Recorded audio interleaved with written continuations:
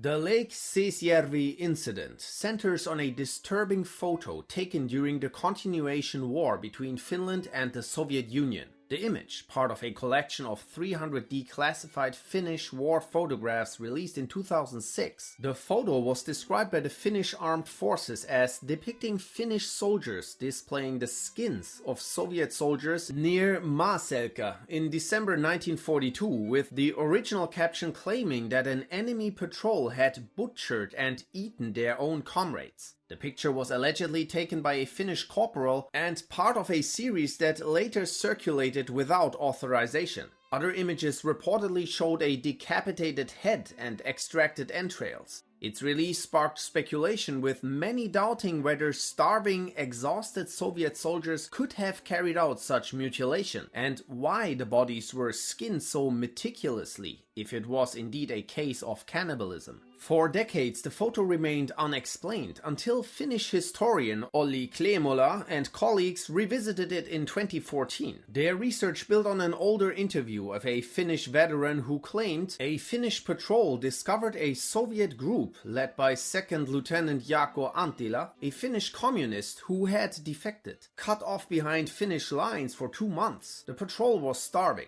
When a Ukrainian soldier broke his leg, Anttila shot him, and the group consumed his flesh. Anttila and his comrade Corporal Sevanda were caught by Finnish troops while cooking the mutilated body near Lake Seesjärvi. During interrogation, Anttila admitted to cannibalism. Yet, doubts remain. Historians note that the meticulous skinning shown in the photograph is inconsistent with other cannibalism cases documented during the war. Some suggest the photographed remains may not even be human, but animal skin or tent material, while others argue the story may have been distorted or even invented.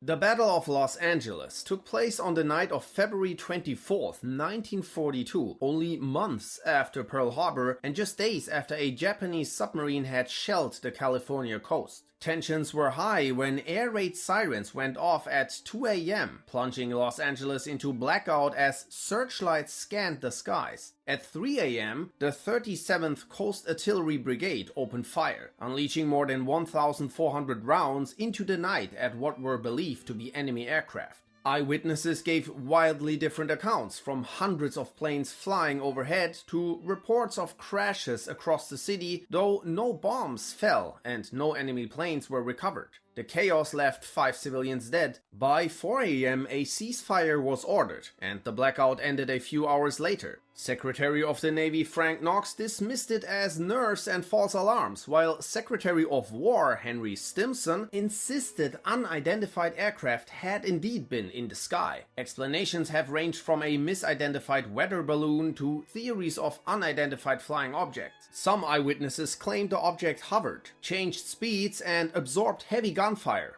Later claims, including memos attributed to Army Chief of Staff George Marshall and President Roosevelt, fed speculation about recovered craft of interplanetary origin. Others view it as a case of mass hysteria fueled by recent trauma and paranoia. What triggered the gunfire remains uncertain.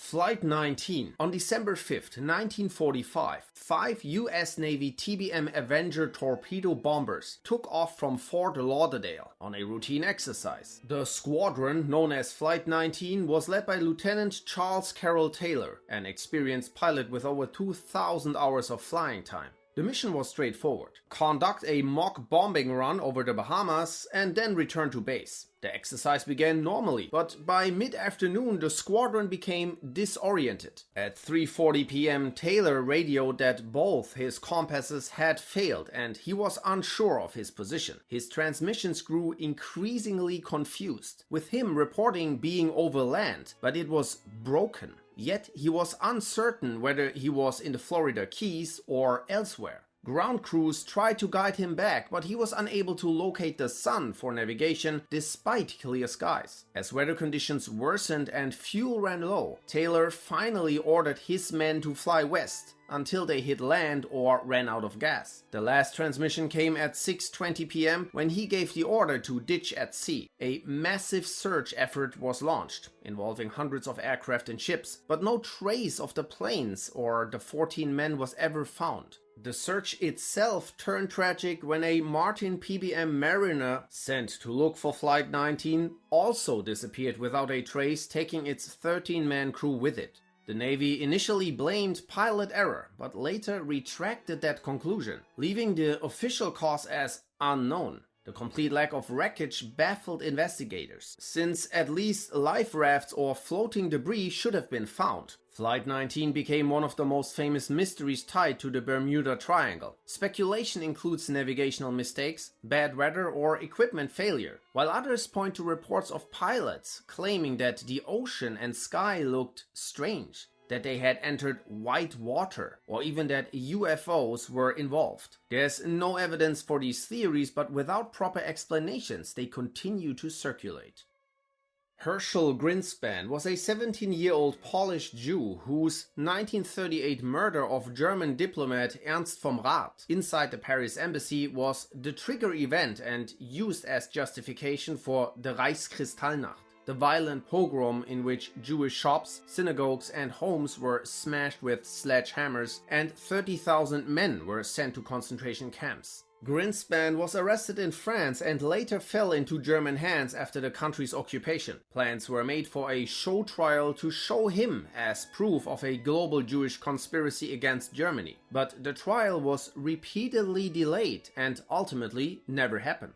His trail vanishes during the war. Adolf Eichmann later testified that he saw Grynszpan alive in 1944 at the Gestapo headquarters when he wanted to interview him, but his ultimate fate is unknown. Some historians believe he was quietly executed before the war's end. Others suggest he may have survived. A photo surfaced in 2016 that allegedly shows him in a displaced persons camp in 1946, while rumors claim he lived under another name in Paris or emigrated to South America. Grynszpan would have had every reason to disappear, as many Jews blamed his actions for triggering the pogroms or even the broader persecution.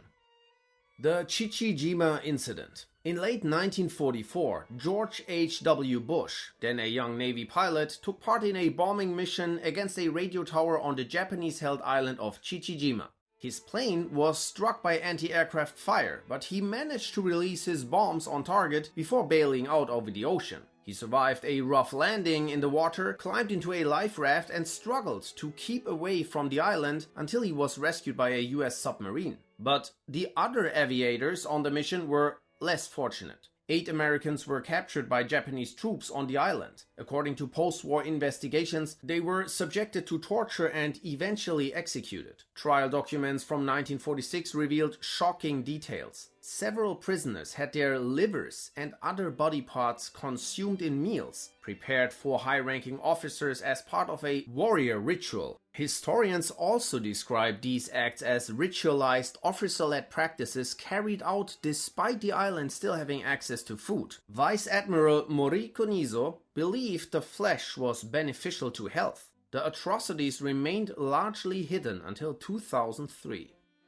Foo Fighters. During World War II, Allied pilots reported strange aerial phenomena that came to be known as Foo Fighters or crowd fireballs. The term originated from the US Night Fighter Squadron in late 1944, but soon spread as a general label for unexplained lights or objects seen in the skies over both Europe and the Pacific. Reports described glowing orbs, red, white or orange, that moved quickly, often in formation with Allied aircraft. Pilots said they seemed to make sharp turns or vanish suddenly, yet never attacked. They could not be shaken off or shot down, leading crews to believe they might be some kind of enemy secret weapon. Japanese and German pilots also reported the mysterious lights. Some speculated they might be tied to Japan's fire balloon campaign, but there was no proof, and no radar data ever confirmed the objects. Explanations ranged from natural electrical phenomena like St. Elmo's fire or ball lightning, to ice crystal reflections or even disorientation and optical illusions caused by pilot fatigue. Post-war in 1946, Scandinavia saw a wave of ghost rocket reports, strange missiles or craft believed to have originated near Germany. Sweden documented more than 1,500 cases, many kept classified for decades. Despite investigations, Foo Fighters remain unexplained.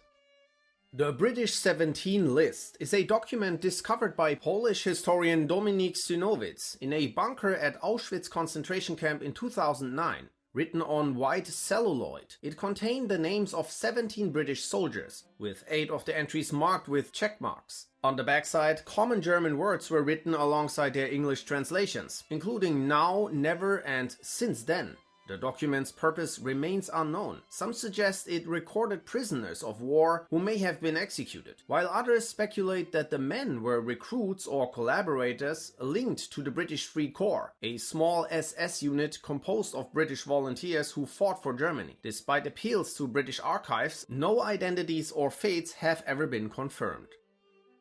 The Monster of Bargagli case ties a series of brutal serial murders in a small Ligurian village to the disappearance of a Nazi treasure during the final days of the war. On April 19, 1945, as German troops retreated from Genoa, a convoy carrying banknotes, gold and jewels reportedly vanished in the Bargagli hills. Rumors spread that the loot fell into the hands of local criminal bands, rogue partisans, or even Allied soldiers. From the 1940s to the 80s, at least 23 murders in the area were linked to this mystery. The victims included partisans, villagers, and former couriers, many beaten to death with iron bars, others executed or made to disappear. The gang of calves, La Banda dei Vitelli, a violent crew raiding cattle for resale on the black market, was suspected of seizing part of the treasure and eliminating anyone who might expose them. Notable deaths ranged from Carmine Scotti, a police officer tortured and killed in 1944, to Maria Assunta Balletto, a partisan courier murdered in 1969, to Baroness Anita de Magistris in 1983, linked through marriage to German Wehrmacht officer Paul Drews, killed during the war.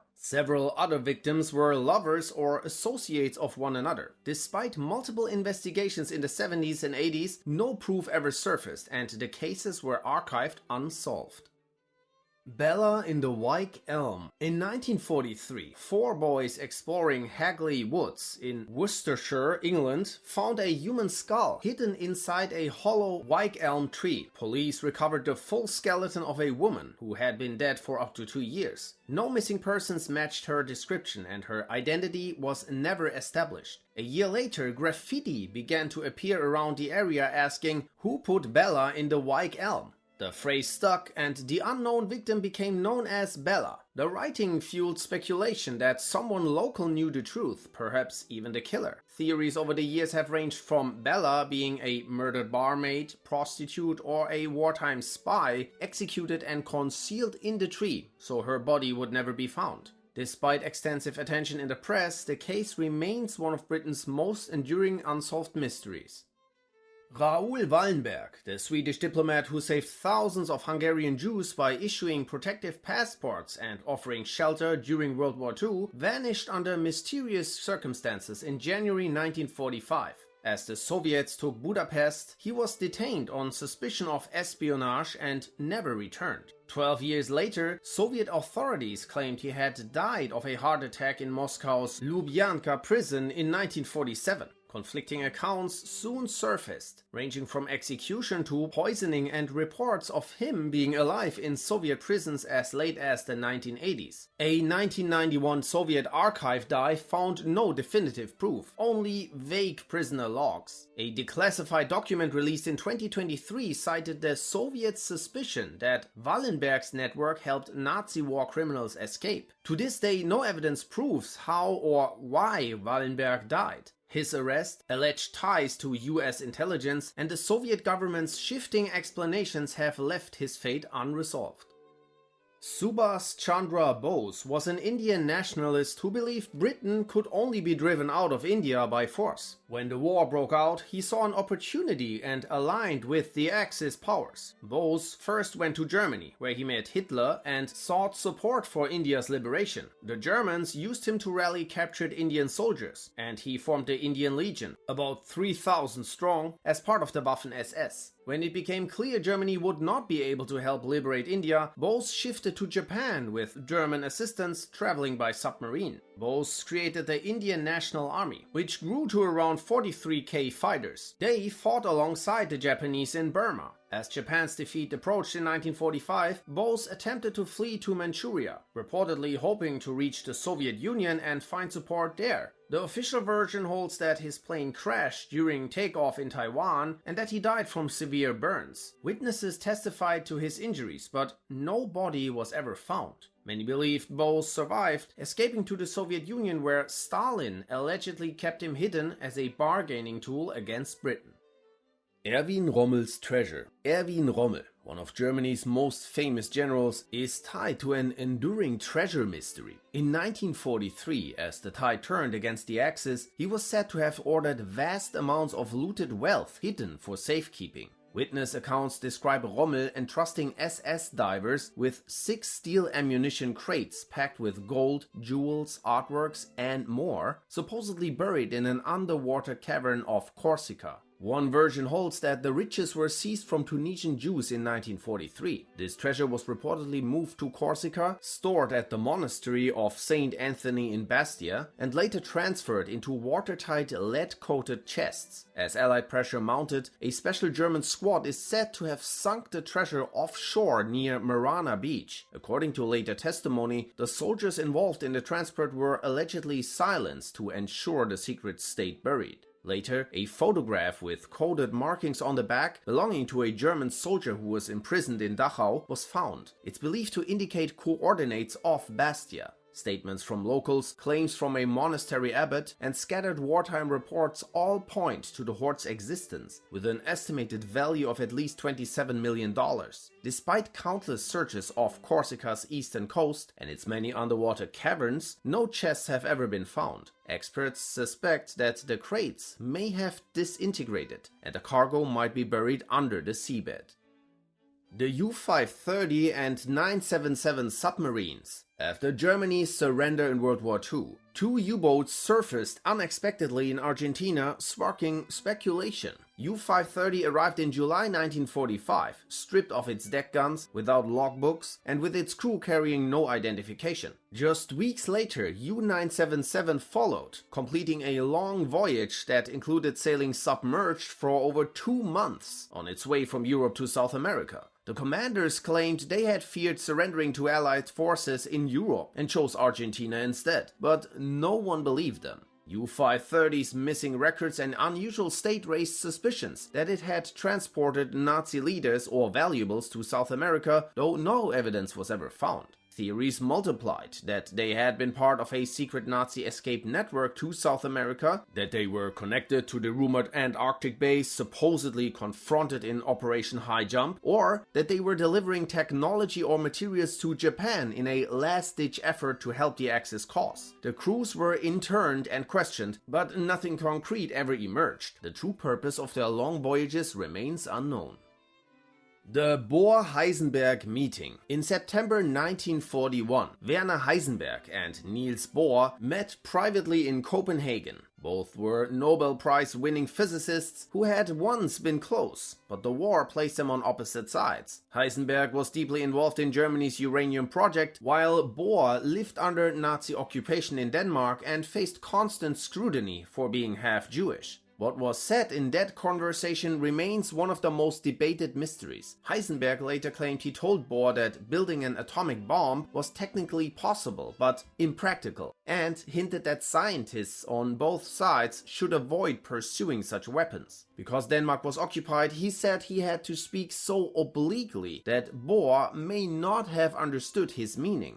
Bohr, however, recalled the meeting very differently. He believed Heisenberg was boasting about Germany's progress toward a nuclear weapon, and he left the conversation shaken and angry. Their friendship never recovered. Decades later, Heisenberg repeated that he had opposed building the bomb and had even tried to discourage Nazi efforts. Some historians see this as an attempt to whitewash his image, while others believe he really tried to warn Bohr. Bohr himself drafted but never sent letters contradicting Heisenberg's version, and these documents remained sealed until after his death.